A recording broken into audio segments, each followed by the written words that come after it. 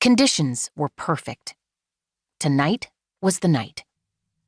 Richard sat in the front seat of his nondescript compact. Or so the police had taken to referring to his vehicle on the news. They had yet to get the color right, considering he repainted it every week or so, and switched out the license plates. No one ever got close enough to see the VIN number. Or his face. He watched the building for a while, imagining the way it would look soon enough. His best work could never be rushed. The moment his desire couldn't be swayed by prudence, it was going to prove his downfall. The ability to be patient had been his greatest strength thus far. Every night he waited for the perfect conditions to create his work.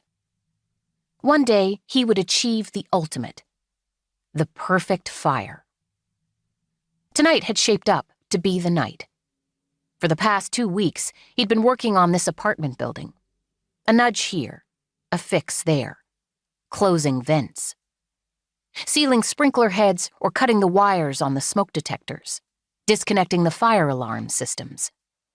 Finally, he had made sure the basement laundry room would be a tinderbox, as it were, getting in and out quickly so he wasn't seen or at least remembered much. He used different utility worker uniforms, gaining access so he could do his work. His lips curled up just thinking about all that lint buildup. All that heat with nowhere to go. As Richard eased out of the car into the muggy air, the door creaked like it always did. He hadn't figured out how to get it to quit yet, too busy working on his far more important occupation. He knew what the psychologist had said about his obsession, so he had endeavored to suppress the urge. Until the time was right.